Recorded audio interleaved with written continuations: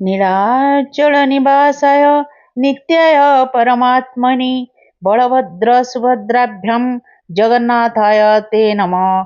ओम जय जगन्नाथ।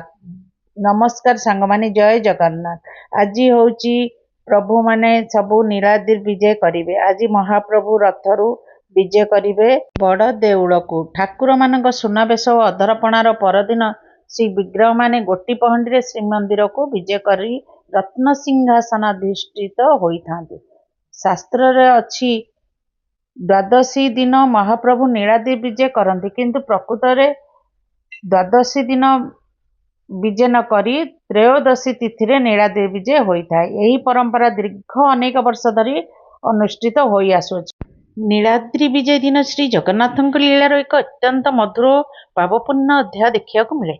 महाप्रभु रथयात्रा रे भाई बलभद्र और भौणी सुभद्रा को सांगे नहीं गुंडीचा मंदिर को जाइथिबा बेले महालक्ष्मी श्रीमंदिर रे रही जाती। यहाकु नहीं महालक्ष्मी मन अभिमान और राग जन्म होता है। हेरा पंचमी दिन माँ लक्ष्मी गुंडीचा मंदिर को जाई महाप्रभु को निज अभिमान जणाइथिले। तापरे महाप्रभु बाहुड़ा यात्रा करी श्रीक्षेत्र को फेरीथिले। रथ गुड़िक सिंहद्वार निकट रे पहुंचबा परे महाप्रभु श्रीमंदिर प्रवेश पई प्रस्तुति हुअंती। प्रथमे बड़ देउल को बड़ ठाकुर बलभद्र, देवी सुभद्रा और अन्य देवादेवी श्रीमंदिर रे प्रवेश हुए, किंतु महाप्रभु जगन्नाथ पशि पारती नहीं। महाप्रभु श्री जगन्नाथ पाଳି आसिले लीला आहुरी रोचक होता है। महालक्ष्मी तो रागिकी थांती। महालक्ष्मी मनर अभिमान एपर्यंत दूर होई न थाए। महाप्रभु तांको सांगरे नहीं गुंडीचा मंदिर को जाई नथिबारु महालक्ष्मी तांको परे रागी थांती। तेणु महाप्रभु श्रीमंदिर प्रवेश रे बाधा सृष्टि हेई थाए। यही लीला एक सुंदर शिक्षा दिए। संपर्क रे केबे केबे अभिमान आसीपारे, राग आसीपारे, किंतु प्रेम और आपस बुझामणा द्वारा सही अभिमान मध्य दूर होई पारे।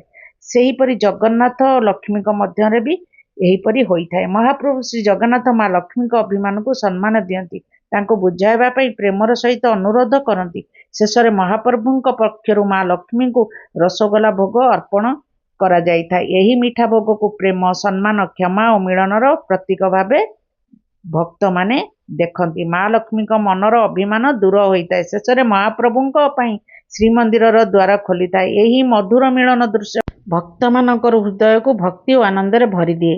नीलाद्रि विजयर यही लीला मध्य रसगोलार परंपरा विशेष भावे चर्चित। महाप्रभु रसगोला दे माँ लक्ष्मी मानभंजन करथिले। अभिमान भांगिथिबार भक्तिमय परंपरा जोगु नीलाद्रि विजय दिन रसगोला भोगर विशेष महत्व रही। सेथिपाई समस्त मंदिर घर मानक रसगोला भोग करा जाए। लाइक करिवे, शेयर करिवे, सब्सक्राइब करिवे। जय जगन्नाथ।